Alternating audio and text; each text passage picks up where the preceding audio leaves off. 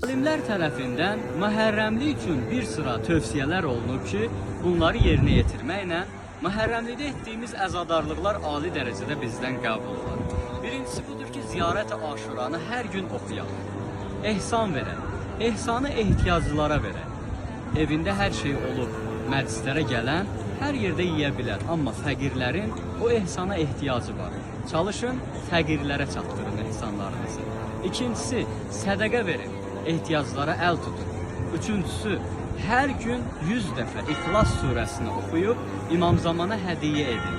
Bununla yanaşı, çalışın İmam Hüseyin əleyhissalamın həyatını mütaliə edəsiniz və Həzrətin bizə buyurduqlarını yerinə yetirməklə İmam Hüseyin əleyhissalamın razılığını əldə etmiş olarsınız və bu da səbəb olar ki, əzadarlıqlarınız qəbul olsun. Qeyd edək ki, İmam Hüseyin əleyhissalama əzadarlıq etmək və Həzrətə ağlamaq yaxşıdır. Amma ən yaxşısı budur ki, İmam Hüseyin əleyhissalamın məktəbini mütaliə edək, o məktəbin bizdən istəklərini öyrənməklə onlara əməl edək. Allah əzadarlıqlarımızı ali dərəcədə qəbul etsin.